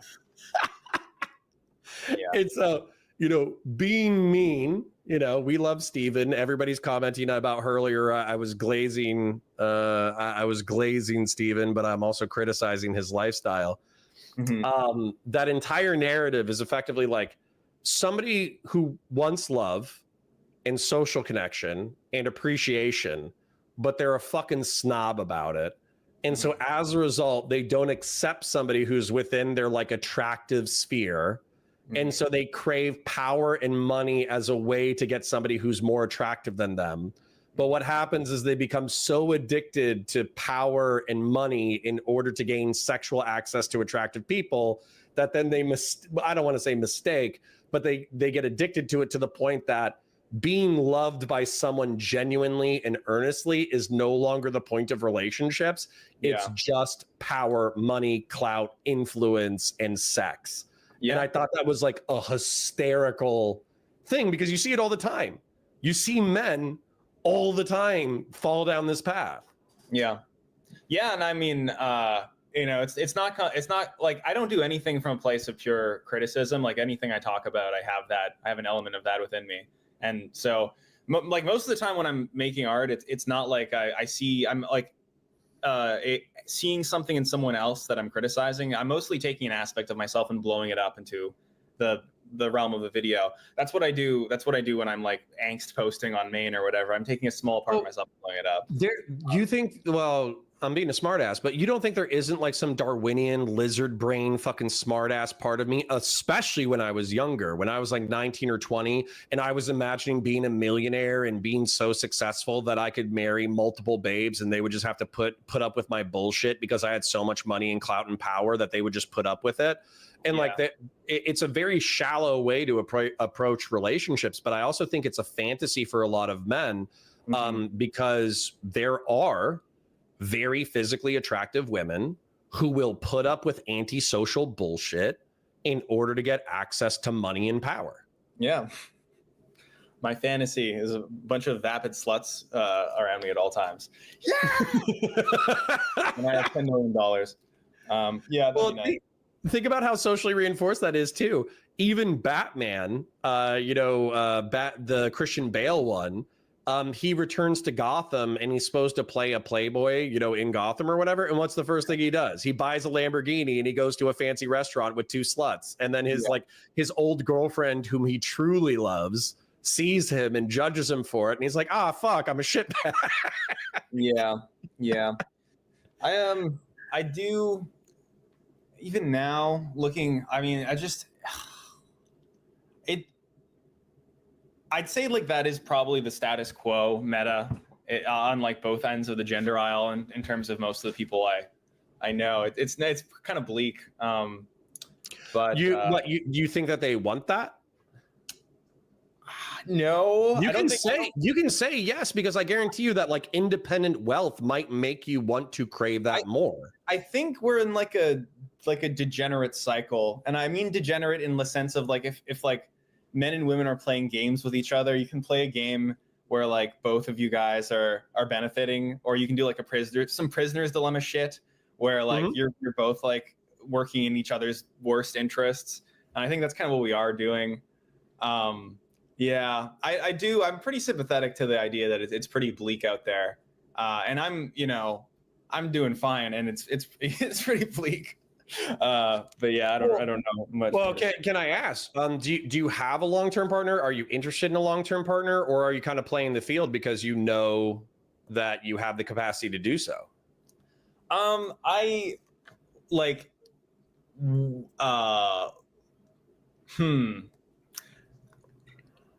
Pass. Okay. What I'm gonna say is something that I experienced. For some reason, God made me 6'4" and 200 pounds, and some people don't think I'm ugly, so that's good. And what ended up happening as a result of that is I didn't need to develop a personality. You know what I'm saying? So basically, I was able to date people and date when those people and I broke up. I dated other people. Yeah. And I kept going for a while. But what happened? I would say, you're a little bit older than I was at the time. But what happened was I kept going through relationships that were they gave me satisfaction in some ways, but were also incredibly hollow in a lot of other ways. And so after another, I don't know, probably like after the dozenth breakup or something like that, I just kind of realized it's like, this has no emotional depth. This has no future. This has no chances of having kids. And I always wanted kids. And so I basically told myself, like, I only want to date someone if I could see myself having kids and with them. And I actually went abstinent for probably like, I don't know, 3-4 months. And I met my wife, and she was so cool that I was interested in, like, not only with dating her, but within a month, I was like, not only is she potentially a cool friend, this is probably my wife. And she felt the same way. And now we have 2 kids and we've been together for 13 years. So we always love each other. And sometimes she likes me, but so it's a tough relationship, or relationships in general, or marriages in general are tough. Yes.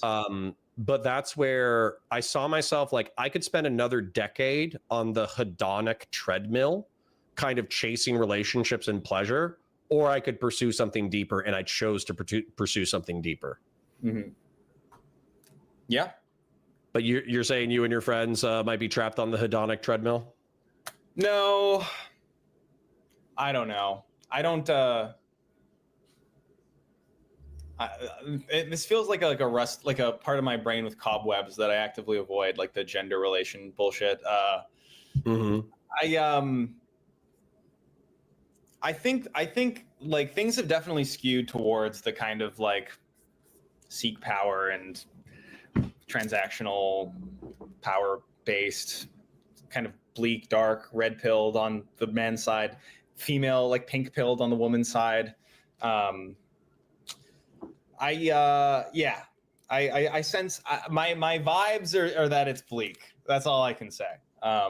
In terms of relations, amongst the youngs, for every like good long-term relationship I see, there's a lot of instability, turmoil, and hype, like, I don't know what you'd call it, just like lack of commitment. On all ends. Yeah. They should watch your Frameworthless video. I think they would learn something from it. Maybe. Or maybe they would be like, so true.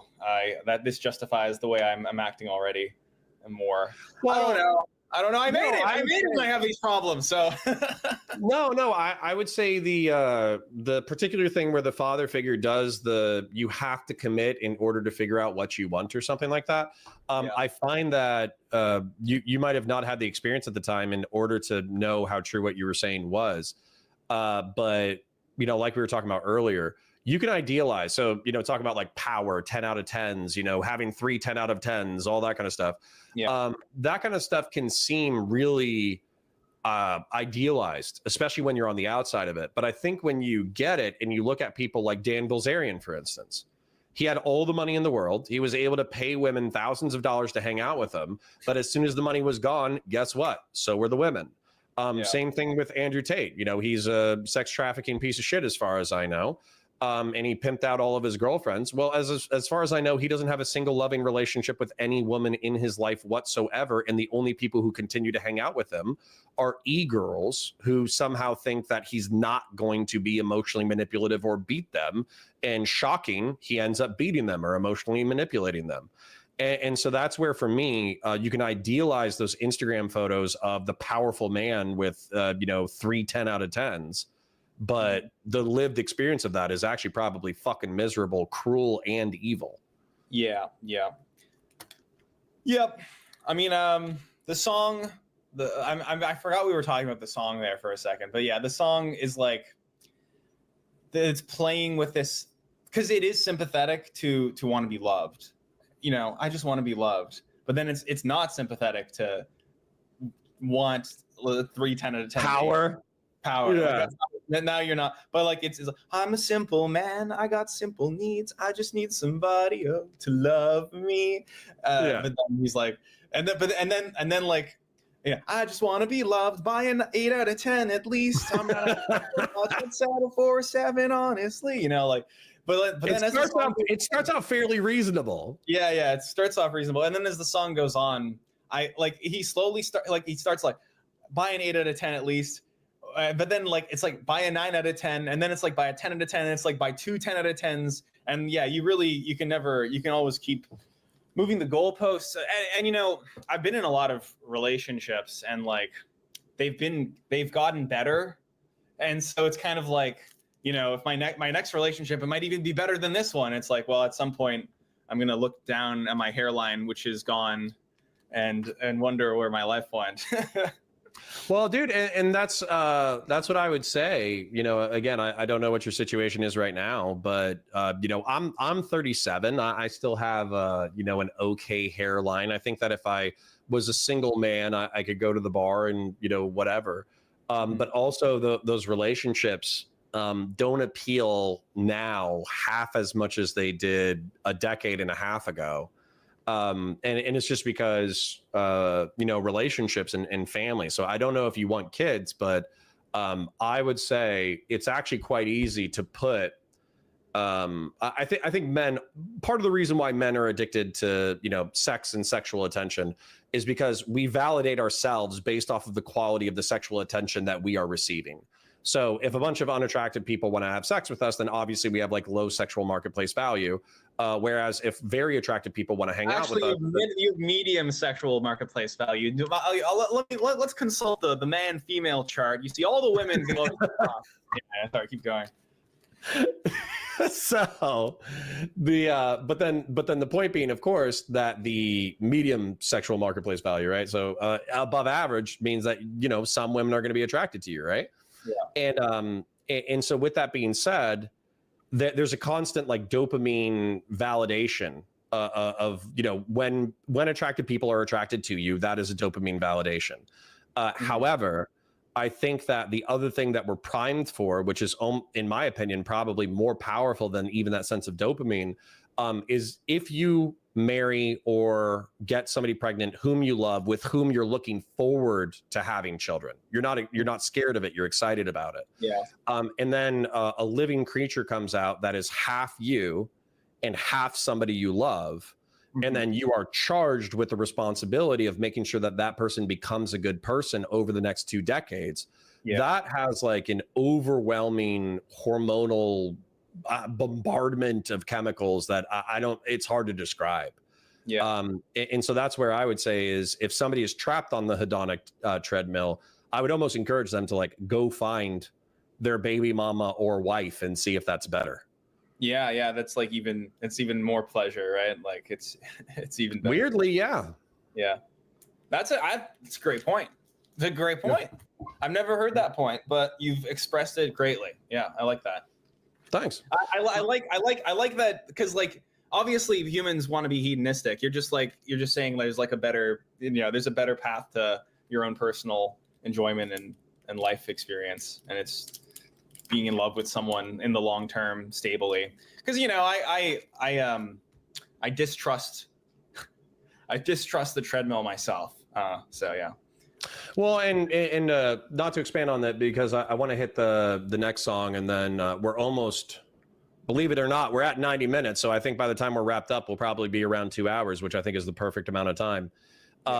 With the hedonic treadmill, how do I phrase this? The hedonic treadmill, you can see people who are trapped on it, and you can see their lives, and even their lives can be incredibly good. Like Leonardo DiCaprio keeps dating 18 to 25-year-olds. Who's George Clooney? He basically fucked around until he was 60, and then he found a woman who was attractive in her late 30s, and then they had a kid together, and then now they're having the thing. So that capacity to run on the hedonic treadmill for decades is entirely possible. However, I also wonder on some level if Leonardo DiCaprio, because he's had so many women, if he ever gets married or settles down or have kids, is he ever really going to fully be able to trust his wife? Is he ever really going to be able to trust that she's like there for him or, you know, whatever? Because he's had so many intimate relationships with so many women. How do you not know that she's ultimately just after the bag or the clout or the power or the money or whatever? Yep. And then same thing with George Clooney, because he has a kid now, I think. You know, shit, George Clooney's such a handsome fella. I would be with him, you know, if he said, "Hey, Connor, what's up?" But with the kid, he's going to miss out on the kid growing up because he's in his 60s or 70s or whatever. So basically, he has maybe 20 years of watching his kid grow up, and then he's gone. Yeah. We are absolutely destroying our ability to love. I agree.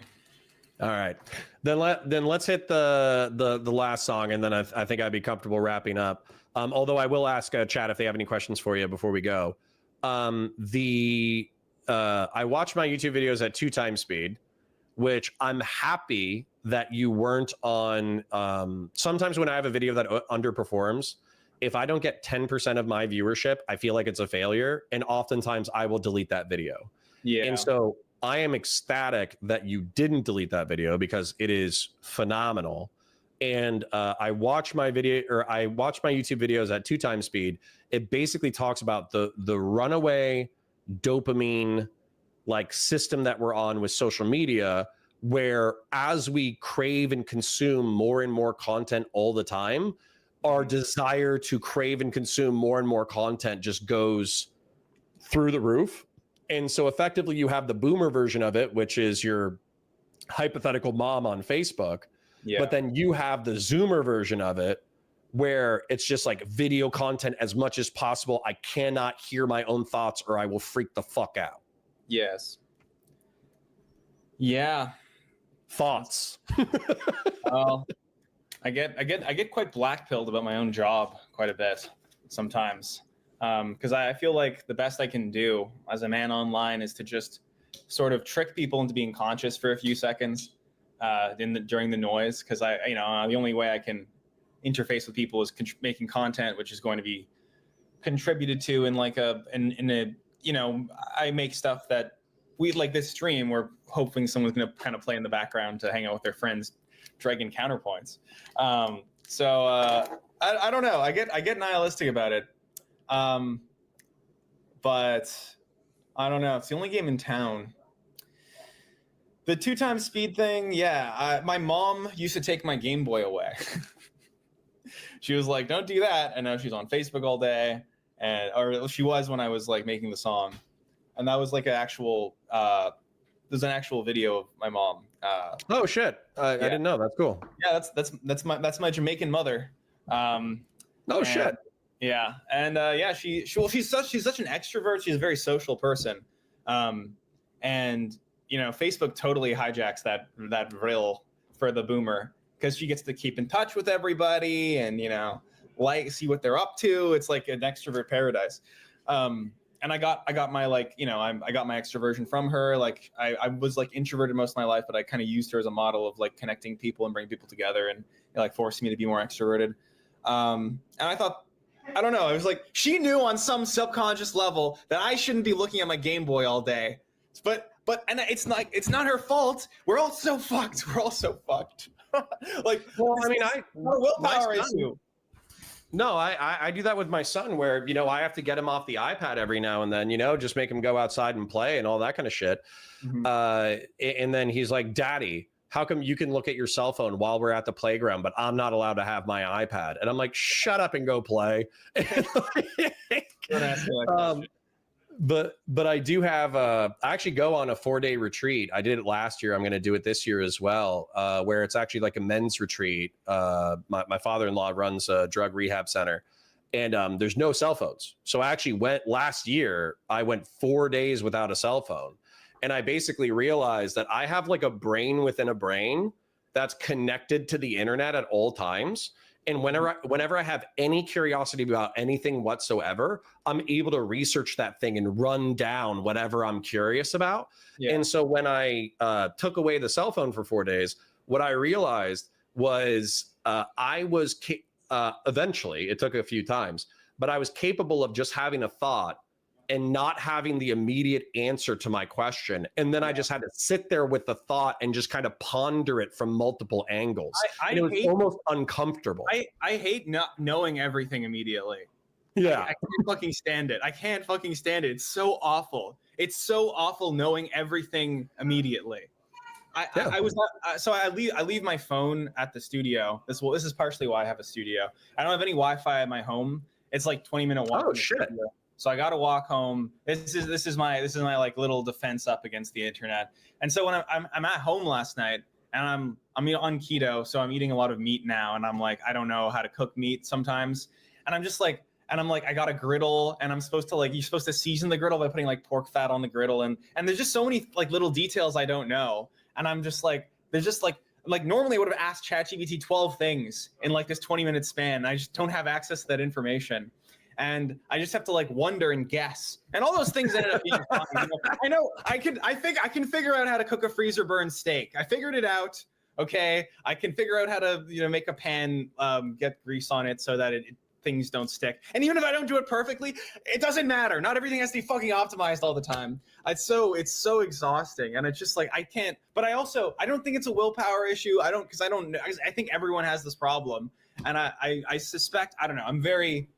I wrestle with a lot of true nihilism, as you could probably tell by the frameworthless stuff. But the fact that I don't know if it's like a meta nihilism, because I am like the fact that you can wrestle with it, and then I don't know. Well, actually, yeah, no. Let me ask that question. That's kind of an important question.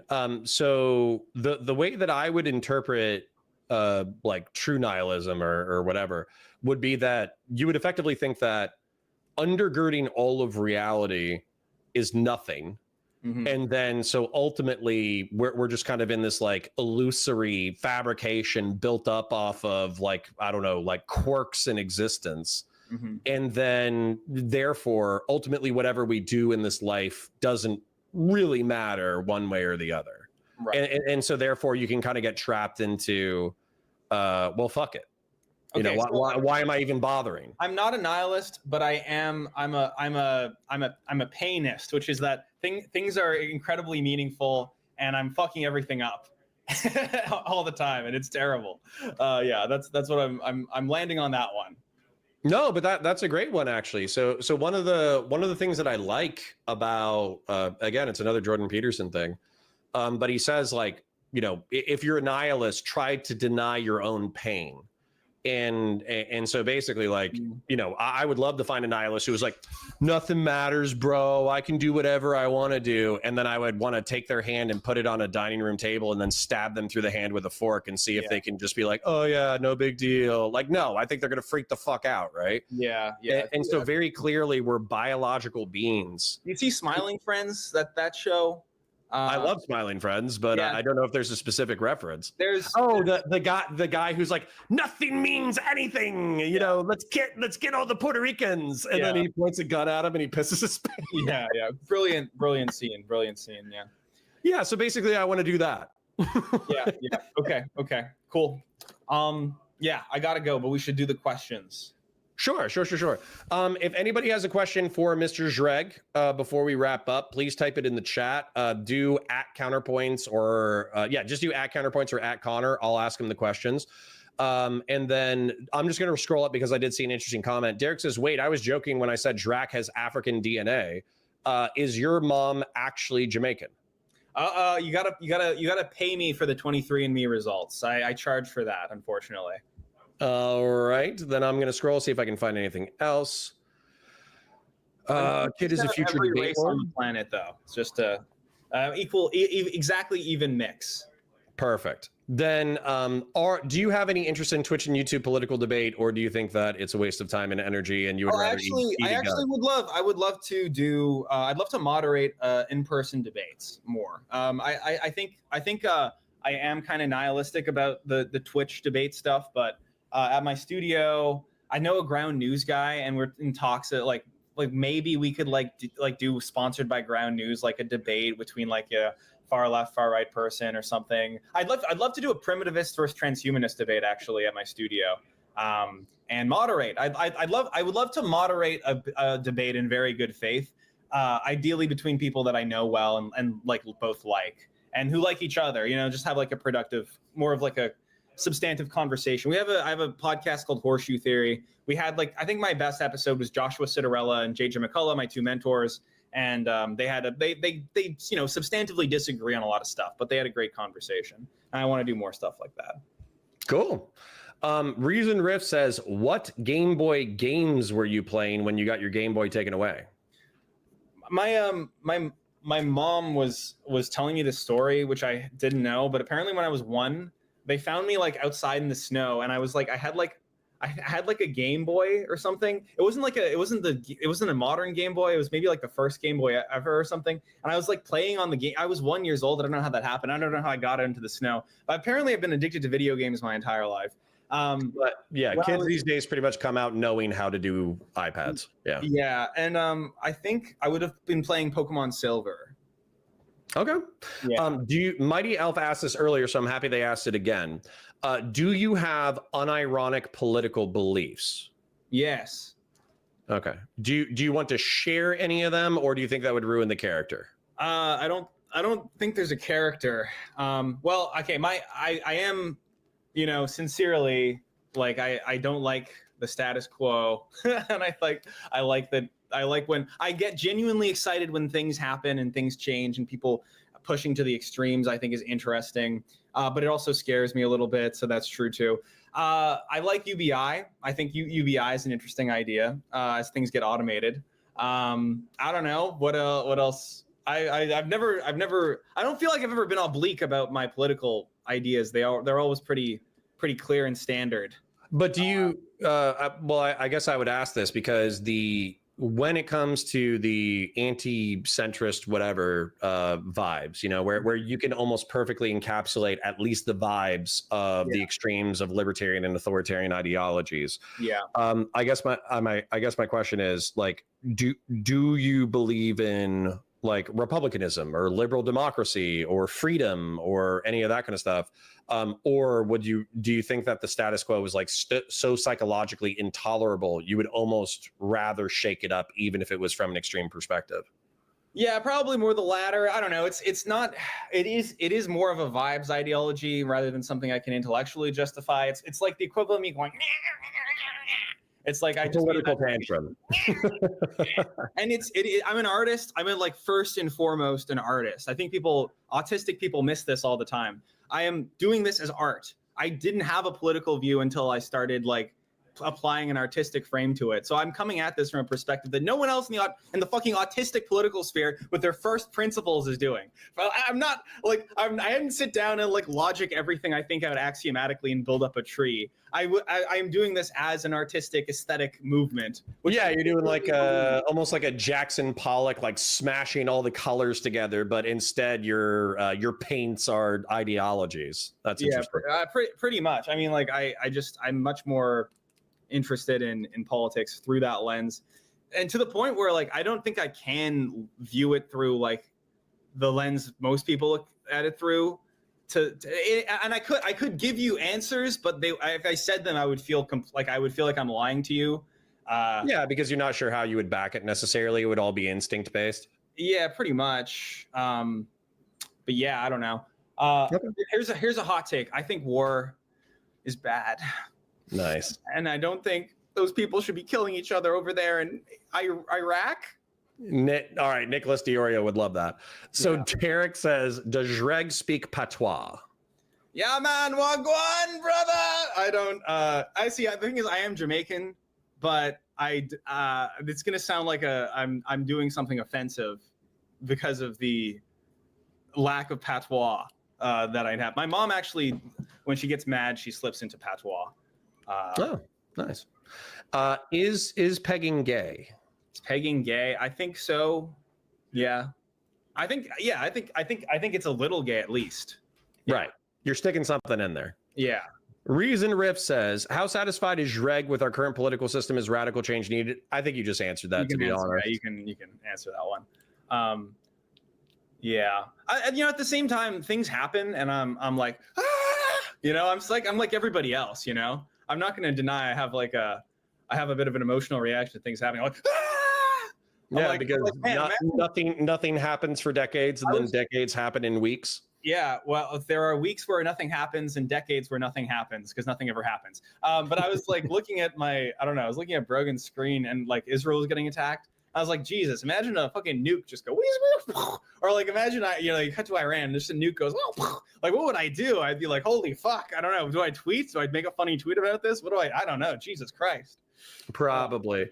And then I can hear my son crying in the other room, so I'm probably going to ask this one and then wrap it up as well. But Mighty Elf says, are you more anarchist or statist, and more economically right or left? If I'm trying to figure out like sincerely, well, I'm an anarcho-totalitarian and I'm a neo-traditionalist. So I'm a progressive traditionalist. I like the idea of creating new traditions now that have never been made before, but will be carried on into the future. So that's like cultural left, cultural right horseshoe. And I'm an anarcho-totalitarian, so I want a totalitarian state to take over and then slowly wilt away so that the totalitarianism remains in all of us individually. And that's my canned answer for you. Perfect. Well, thank you for responding to the direct message. Thank you for coming on and sharing your insights into your own art. Thank you for coming on and dealing with my existential rants. I think part of the reason why I resonated with your art so much is because I don't think I'm as schizotypal as you, but there's definitely moments, there's a few times where I smoked pot and I probably had half the ideas that you had. And there's times where I'm sober, where I'm watching you create your art, and then it inspires almost a schizophrenic break with reality. And every now and then that's kind of refreshing. So, well, my pleasure. I think you seem like a good socially positive guy, and I can tell that from your desire to reach out to people and check in on them and be good to them. And I think I think you're I don't know. I get good vibes from you. That's all I can say. Cool. Then if I succeed in the next 6 months and I'm making good money and I can do whatever I want to do, I'll save up some scratch. I'll come out to Toronto and we'll have a schizotypal good faith debate where you get to moderate, and it'll be a blast.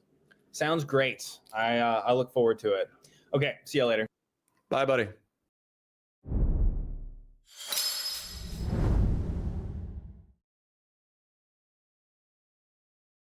I love Jreg. I think he's a fantastic artist. I think he makes fantastic art. Yeah. All right. 07s. Good night, guys. Have fun.